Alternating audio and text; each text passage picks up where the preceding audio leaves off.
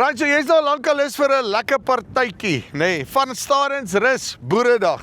Nou jy's nie net 'n gewone Boeredag nie. Nommer 1, daar's 'n klomp demos met trekkers en al die goede. Julle kan na die tyd ook met die goede werk en te kere gaan. Dan het hulle die Mookbosmoer, okay? So wat dit is lang storie kort. Hulle praat sommer van Starensrus as die mook, nê? En so hulle het 'n paar manne wat mekaar bietjie daar gaan vat. Soos van Starensrus gaan vir Zastron aanvat en dan het hulle vir Aliwal Noord en Weppener teen mekaar, okay?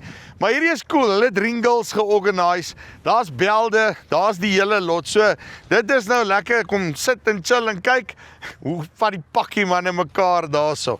Dan is daar ook, hier is baie cool, nee, ek het nou nie meer my hoed bietjie vergeet nie, as jy hoed vergeet dit vir die dag.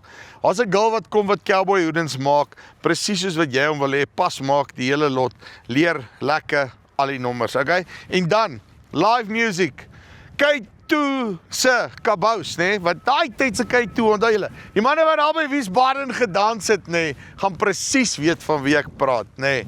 So hy gaan 'n bietjie musiek kom maak daar, hy weet hoe om 'n lekker party aan die gang te kry, en dan het hulle vir julle spit daarso. Luister, die kort en die lang van die storie is 13 Augustus is daar net een plek waar jy moet wees en dit is van Starensrus. Bietjie bo of hier onder, Wada.